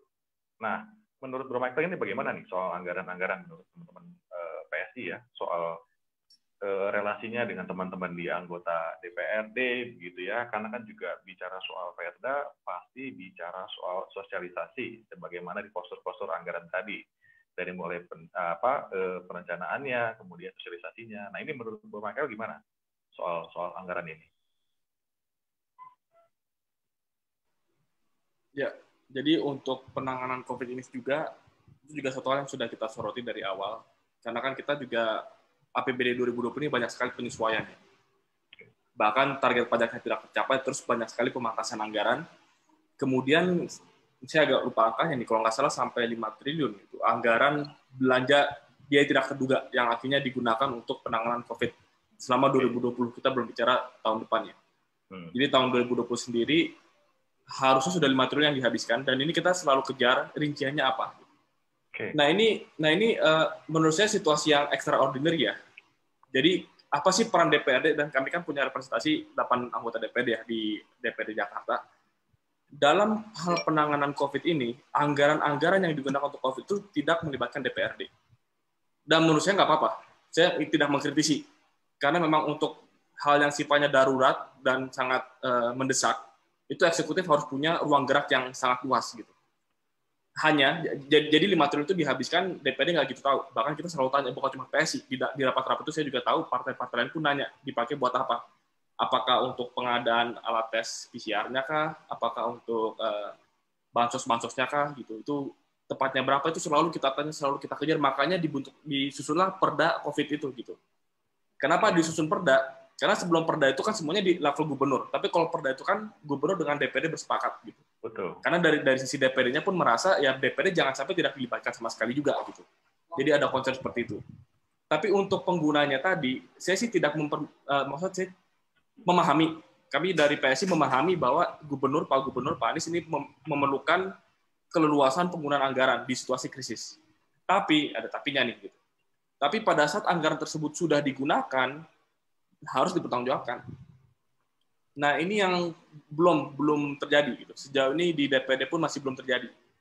Kenapa pada saat kemarin dana cadangan daerah itu mau dicairkan, ribut juga di DPRD. Banyak partai nggak setuju. Kenapa? Ya jangankan dana cadangan daerah nih. Kemarin yang sudah dihabiskan aja dipakai buat apa kita masih belum tahu. Hasilnya apa kita juga belum tahu, belum diupdate dengan baik. Gitu. Nah, ini pola komunikasi eksekutif legislatif yang perlu diperbaiki di tengah masa krisis. Gitu. Tapi untuk tahun depan, setahu saya sih anggarannya nggak terlalu signifikan ya untuk bansos-bansos itu karena diasumsikan sudah akan reda COVID-nya ini. Gitu. Tapi masih ada anggaran BDT yang cukup besar. Kalau nggak salah sekitar 5 atau 7 triliun. Jadi cukup signifikan nanti bisa digunakan. Gitu. Kalau memang masih diperlukan. Oke, berarti masih pemerintahan DKI masih punya utang ya, sampai triliunan rupiah. Maksudnya utang penjelasan ya kepada DPRD. Ya, betul. Oke. Saya coba yang untuk COVID, Mas ya. Gimana, Ini Mas? kebetulan saya dapat data yang sebenarnya tadi saya coba perbaharui statementnya dari Bro Michael tadi bahwa untuk penanganan COVID sebenarnya DKI itu 10 triliun. Oke, 10 triliun ya. Nomor 11 itu ya. Total alokasi pencegahan untuk penanganan COVID itu 10 triliun. Sampai September itu baru terrealisasi 13,6%. Waduh. Jadi masih sangat sedikit. Ini realisasi per September ya. Jadi ini menurut saya parah sekali ini DKI. Jadi realokasi untuk penanganan COVID memang tertinggi di antara provinsi-provinsi lain, tapi serapannya menurut saya relatif rendah ya, hanya 13% totalnya ya. Untuk kesehatan ini alokasinya 2,6 triliun, itu terrealisasi sekitar 23%. Untuk jaring pengaman sosial ini bansos itu 7,6 triliun, terrealisasi baru 11% per September. Terus yang untuk ekonomi justru relatif kecil ya, baru 0,06%. Ini menurut saya penting untuk menjadi catatan ya, DKI ini di mana pandeminya masih sangat tinggi, bahkan juga pada masa PSBB kemarin juga peningkatan angkanya masih sangat tinggi, tetapi efektivitas ini masih ngomong serapan anggarannya aja masih rendah, apalagi ngomong efektivitas. Apakah efektif nggak yang sudah terserap? Oke. Itu kira-kira Mas Tama.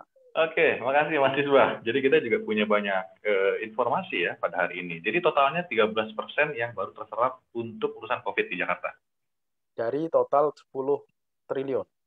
Oke, dari 10 triliun baru terserap 13%. Jadi masih ada dana yang mungkin belum dipergunakan ya. Ini boleh nggak saya simpulkan bahwa ternyata Jakarta itu untuk urusan COVID sebetulnya punya anggaran yang cukup besar. Problemnya adalah pada realisasinya yang belum maksimal, begitu? Betul, kira-kira betul. Oke, saya kembalikan ke teman-teman yang ada dalam forum. Adakah pertanyaan-pertanyaan yang mau disampaikan kepada narasumber? Karena kalau kita lihat pembahasan kita soal RKT sebetulnya sudah dikaji secara tuntas tadi ya, soal anggaran yang tidak transparan, informasi yang tertutup, kemudian juga tidak partisipatif, termasuk pos-pos anggaran yang sebetulnya tidak realistis ya, karena dalam kondisi pandemi kita juga harus fokus kepada isu-isu yang berhubungan sama COVID-19. Nah, ini ada pertanyaan, tapi pertanyaannya di luar dari isu yang kita sedang diskusikan ya. Ini ada yang bertanya soal daerah seperti Kalimantan, tidak ada aplikasi bagi masyarakat yang bisa melihat anggaran pemerintah. Bagaimana masyarakat, terutama ICW, dapat mengawasi anggaran pemerintah di Provinsi Kalimantan? Nah, mungkin pertanyaannya bisa kita generalisir ya. Artinya kita punya masalah yang sama. DKI punya yang namanya tadi apa? Smart budget. Apa namanya? Smart budget system. Smart budget system yang planning and budgeting. Planning and budgeting yang anggarannya cukup besar tapi belum bisa dipakai. Nah, artinya kan sebetulnya walaupun ada aplikasi tersebut, tapi kan juga tidak up to date dan kita masih susah untuk mengakses. Nah, dalam kondisi yang nggak ada ruang seperti tadi, kira-kira apa yang bisa dilakukan oleh masyarakat untuk terlibat dalam melakukan pengawasan? Nah, mungkin saya akan berikan pertanyaan ini kepada Mbak Almas. Ya, pertama mungkin perlu dipastikan dulu ya, apakah memang benar-benar pemerintah provinsinya atau pemerintah kabupaten kotanya sama sekali belum mempublikasikan satupun dokumen anggaran. Karena rasanya kalau di 2020 belum melakukan itu tertinggal sekali dibandingkan dengan provinsi-provinsi yang lain atau daerah-daerah yang lain gitu ya. Kalau daerah yang lain ya paling enggak walaupun tidak bisa kita bilang mereka 100% terbuka, tapi paling enggak dokumen-dokumen final itu dipublikasikan kepada publik lewat website paling tidak. Walaupun memang walaupun sudah dipublikasikan, dokumen tersebut juga tetap tidak user friendly gitu. Masyarakat perlu untuk membaca ratusan dokumen, mencari betul-betul rincian-rinciannya itu dengan detail gitu. Belum user friendly kalau kita bicara baru ke tahap elektronisasi, belum ke memudahkan masyarakat untuk menemukan mereka pengen tahu anggaran soal apa, kemudian cari itu rasanya masih susah gitu ya. Tapi kalau misalnya memang pemerintah daerah sama sekali tidak menginformasikan dokumen anggaran, yang perlu kita pahami dan sepakati bersama itu adalah APBD itu adalah anggaran publik, sehingga kita punya hak yang luas gitu ya. Kita punya hak yang itu juga dijamin oleh undang-undang, oleh Permendagri, untuk kemudian mengakses dokumen anggaran seluas-luasnya gitu. Teman-teman bisa menggunakan mekanisme undang-undang keterbukaan informasi publik kalau itu diperlukan gitu ya. Walaupun memang mekanisme ini membutuhkan proses yang sangat panjang dan melelahkan, dan untuk anggaran sebetulnya tidak efektif, tapi sangat layak atau perlu untuk dicoba dalam rangka mendorong agar pemerintah daerah itu semakin transparan dalam hal mempublikasikan dokumen-dokumen terkait dengan anggaran. Mungkin itu Mas Tama. Kalau di DKI smart budget system itu sebetulnya sudah secara konsep kita lihat sebetulnya baik ya. Di situ ada smart planning, ada smart input, smart governance, smart processing, smart monitoring, dan lain-lain. Tapi memang masih dalam tataran budget literacy mungkin ya, belum kepada meningkatkan partisipasi publik untuk dapat ikut mengoreksi, memberikan input, memberikan masukan dalam perencanaan anggaran itu sendiri. Oke, terkait dengan isu kita pada siang hari ini RKT ya, kira-kira apa yang bisa dilakukan oleh masyarakat? Karena kalau tadi keterangan dari Bro Michael bahwa anggaran tersebut kan sebetulnya sudah diketok, artinya sudah final. Nah, kira-kira apa yang kemudian bisa kita lakukan untuk memperbaiki itu, atau mungkin mengawal, atau mungkin terlibat dalam prosesnya? Mungkin pertanyaan dulu ya, ini anggaran masih dalam proses pembahasan atau sudah final? Oke, ini kan tadi sudah dikatakan ya soal anggaran RKT misalnya tadi kan sudah diketok katanya. Sudah diketok artinya kan berarti sudah ada, bahkan temuan tadi juga sudah ada catatan dari Bro Michael, sudah ada pengumuman dari Kemendagri sampai 500 miliar. Itu kan berarti anggarannya sudah oleh Kemendagri. Ya. Sebetulnya kalau harapan kami ya gubernur menolak atau mencoret gitu ya anggaran itu. Tapi kalau kemudian itu sudah terlanjur disahkan dan upaya penolakan dari masyarakat itu terlambat atau sama sekali tidak diindahkan baik oleh DPRD maupun oleh Gubernur DKI, yang paling bisa kita lakukan adalah, atau yang paling perlu untuk dilakukan oleh DPR DKI, salah satunya adalah untuk mengelola anggaran ini seterbuka mungkin gitu ya, dan kembali lagi ke tadi, kita perlu laporan kinerja dan bahkan laporan pertanggungjawaban keuangan secara terbuka kepada publik. Tadi salah satunya misalnya Bro Mike menyebut bahwa sebetulnya dalam sosialisasi Perda itu masyarakat dapat uang saku, itu ada anggarannya gitu ya, 150.000 per orang per kegiatan gitu. Jadi kalau per tahun ada 106 anggota DPRD DKI dengan 19 kegiatan sosialisasi Raperda, dengan uang saku 150.000 per peserta, itu kan anggarannya udah besar. Nah, masyarakat kira-kira betul nggak mereka yang datang itu dapat apa ya, uang saku senilai 150.000 itu? Atau kemudian di dalamnya ya entah itu ada potongan atau kemudian tidak diserahkan sama sekali ke masyarakat atau gimana, itu ketika ada laporannya kita bisa lebih melihat gitu ya bagaimana dengan realisasinya. Termasuk ini juga laporan dan pelaksanaan kegiatan yang terbuka ini juga penting untuk evaluasi pada pembahasan anggaran tahun selanjutnya, apakah memang kenaikan anggaran yang terjadi di tahun 2021 itu berdampak signifikan terhadap peningkatan kinerja dari anggota DPRD maupun pengetahuan warga atas perda-perda dan raperda yang sedang dibahas di DKI Jakarta. Oke, terima kasih Mbak Almas atas poin-poinnya. Mungkin selanjutnya saya mau ke Mas Misbah dan Bro Michael, ya, sekaligus juga mungkin untuk menutup diskusi sebagai closing statement ya, karena saya sudah lihat di pertanyaan-pertanyaannya sudah ada tidak pertanyaan yang baru dan kita sudah mengupas secara keseluruhan poin-poin diskusi kita pada siang hari ini.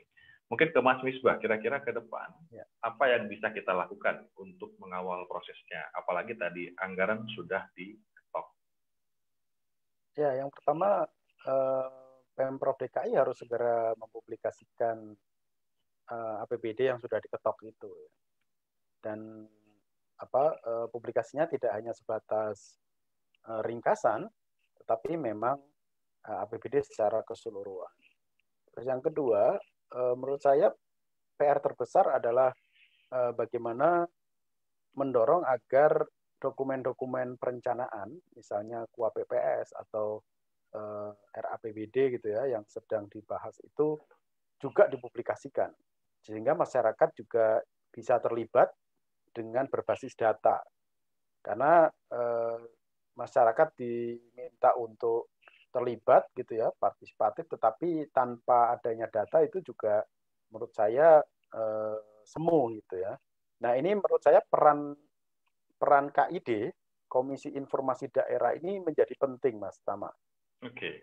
Karena saya belum melihat ya peran yang signifikan Komisi Informasi Daerah DKI terutama, atau bisa juga di backup oleh KIP ya, Komisi Informasi Pusat, untuk mendorong agar Pemda-Pemda termasuk Pemda DKI ini untuk lebih terbuka.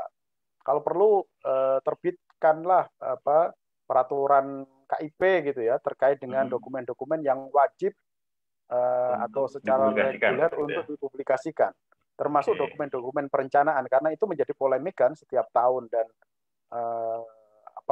Pemprov atau pimpinan-pimpinan daerah atau DPRD bahkan bersembunyi di balik ya, karena tidak ada aturan yang mewajibkan gitu. Nah, itu menurut saya padahal kita tahu semua bahwa itu adalah dokumen publik gitu.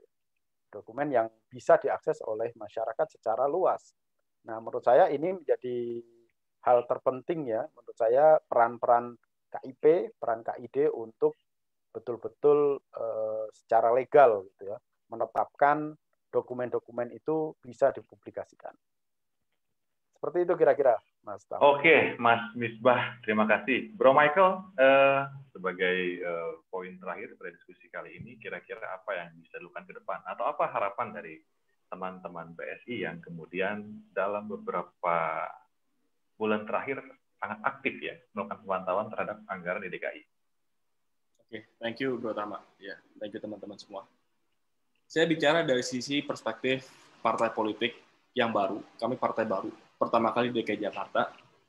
Mayoritas pengurus kami di Jakarta, mayoritas anggota dewan kami usianya 20-30 tahun. Kita ini partai anak muda. Sangat terefleksikan dari komposisi pengurus dan anggota DPD kami.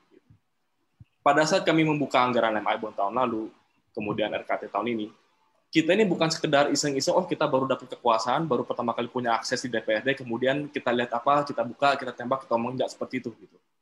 Kita melakukan ini semua perlu dipahami, karena kita punya cita-cita, harapan yang besar, sebagai generasi muda, gitu, bahwa suatu saat nanti, 20-30 tahun dari sekarang, Indonesia akan jadi bangsa besar. Bahwa cita-cita untuk menghapus kemiskinan, untuk bisa menegakkan toleransi, memberantas korupsi, itu bisa kita lakukan. Itu dulu yang penting. Yang menurut saya menjelaskan, itu hal yang menjelaskan kenapa PSI kok sebegininya gitu ngomongin soal anggaran. Karena kalau kita nggak bisa membereskan masalah seperti ini, proses penganggaran tiap tahun bermasalah, kegiatan kedewanan fungsinya, hasilnya apa juga masih dipertanyakan publik, komitmen gubernur terhadap transparansi juga dari tahun ke tahun kalau nggak ada kemajuan, malah kemunduran gitu. Gimana ceritanya kita bisa mewujudkan cita-cita 2045 itu? Jadi itu konteks kenapa kami melakukan hal ini semua. Bahwa kita mempunyai suatu harapan, cita-cita yang besar, bangsa ini bisa maju. Dan untuk bangsa ini bisa maju, demokrasi kita harus naik kelas. Dan kami PSI di Jakarta merasa punya tanggung jawab dan amanah lebih khusus, karena kita di ibu kota. Kalau pembahasan anggaran di Jakarta aja seperti ini, daerah lain ngeliatnya apa? Oh, Jakarta naikin tunjangan bisa ya, gede-gedean ya. Oh, naikin kegiatan dewan bisa ya, ada ya cara-caranya, celah-celahnya bisa dicari ya. Rusak nanti seluruh Indonesia. Jadi khusus di Jakarta justru kita harus benar-benar serius memberikan contoh yang baik. Dan untuk itu kita membutuhkan kerjasama dan komitmen dari eksekutif dan juga legislatif di DKI Jakarta. Dan kami sangat berterima kasih ada rekan-rekan dari ICW dan juga Fitra dan banyak sekali masyarakat sipil yang punya concern yang sama. Karena kita kalau mau serius memperbaiki bangsa ini, ya kita harus memulai dari hal-hal fundamental. Dan PSI memiliki suatu idealisme, satu prinsip, bahwa hal paling fundamental untuk memperbaiki bangsa ini ada dua. Pertama itu harus berantas korupsi, yang kedua harus berantas intoleransi. Nah, pembahasan anggaran ini satu aspek yang kami akan serius dan akan komit. Dan kami bukan partai yang sempurna, ini jangan nanti diartikan ini PSI so suci, so benar gitu ya. Kami juga pasti ada banyak salah, dan kami minta tolong teman-teman bisa kritisi juga. Satu hal tadi yang Mbak Mas sampaikan, bahwa harusnya DPRD ini membuka, partai-partai politik membuka pertanggungjawaban kegiatan reses dan susperda. Kami sudah mulai melakukan itu, tapi kami tahu bahwa banyak sekali yang harus kami perbaiki ke depan. Pelaksanaan reses dan susperda kami juga banyak sekali yang harus diperbaiki.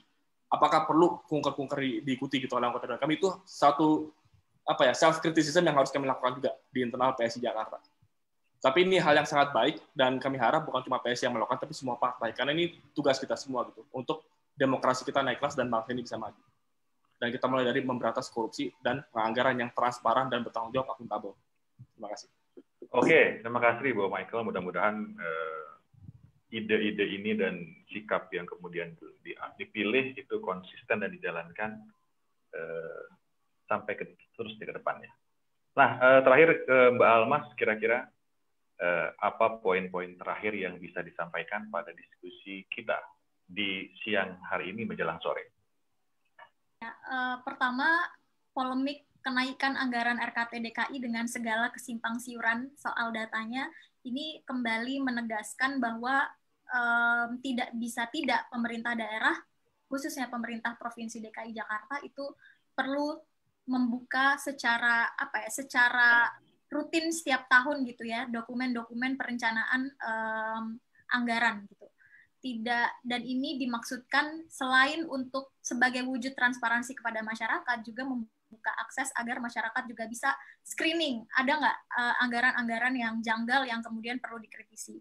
Kemudian yang kedua, DPRD itu adalah outputnya pemilu legislatif, dan sekarang kita sedang berada di fase di mana pemilu langsung kita, pemilu kepala daerah, pemilu legislatif itu banyak dipertanyakan karena outputnya atau elected official-nya itu banyak bermasalah, mulai dari nggak kerja atau kerja tapi tidak melibatkan publik, dan bahkan banyak yang tersangkut dengan kasus korupsi gitu ya. Data ICW selama 10 tahun terakhir sedikitnya ada 580 orang anggota DPRD yang tersangkut kasus korupsi. Dan saya harap DPRD DKI sebagai anggota legislatif di ibu kota gitu ya, yang menjadi rujukan dari provinsi-provinsi yang lain, itu hadir tidak menambah-nambah masalah, tidak menambah-nambah kesemrawutan atau kritik publik terhadap anggota legislatif, tapi justru berkinerja yang baik sebagai wujud bahwa pemilu legislatif kita itu bisa mempunyai output yang bisa dibanggakan oleh masyarakat, yang bekerja dengan baik gitu ya. Apalagi ini di tengah pandemi COVID-19, justru publik butuh kehadiran anggota legislatif yang mampu menjadi pengawas dari pemerintah daerah itu sendiri. Seharusnya anggota DPRD di tengah pandemi ini itu semakin aktif untuk mengkritik, untuk memberikan catatan dan untuk mengawasi kebijakan-kebijakan dari pemerintah daerah terkait dengan penanganan pandemi COVID-19. Bukan kemudian meminta kenaikan anggaran untuk kegiatan-kegiatan yang sebetulnya sama seperti judul diskusi kita pada siang hari ini, kegiatan-kegiatannya sedikit banyak akan terhambat karena adanya pandemi. Oke, terima kasih Mbak Almas atas poin-poinnya. Saya rasa hampir semua narasumber sudah menyampaikan hal-hal yang mudah-mudahan bisa menjadi pemahaman baru bagi sahabat ICW dan teman-teman yang menyaksikan diskusi kita pada siang hari ini. Kita punya masalah yang serius terkait dengan akuntabilitas dan transparansi. Kita juga masih punya PR melihat bagaimana realisasi anggaran yang cukup besar untuk menghadapi pandemi. Kemudian juga kita masih menghadapi lemahnya komunikasi yang dibangun antara legislatif dengan pemerintahan daerah maupun komunikasi pemerintah daerah legislatif dengan masyarakat. Nah, mudah-mudahan hal ini ke depan bisa diperbaiki sehingga proses-proses yang kemudian berhubungan dengan penganggaran bisa lebih tepat sasaran. Karena saya juga ingat apa yang kemudian yang disampaikan oleh Robert Littgart ya, bahwa korupsi terjadi karena adanya monopoli kekuasaan yang minus akuntabilitas. Demikian diskusi kita pada siang hari ini, mudah-mudahan bermanfaat. Saya Tama Satria Langkun, mewakili Indonesia Corruption Watch, mengucapkan terima kasih. Assalamualaikum warahmatullahi wabarakatuh. Selamat sore. Om Swastiastu, salam sejahtera, nama budaya. Terima kasih, Mas Misbah, Bro Michael, Mbak Almas. Sampai ketemu lagi. Kita close ya. Selamat liburan. Sehat ya. Selamat liburan. Dan salam sehat selalu. Sampai jumpa tahun depan. Oke. Izin live ya. Ya, kita close. Saya juga.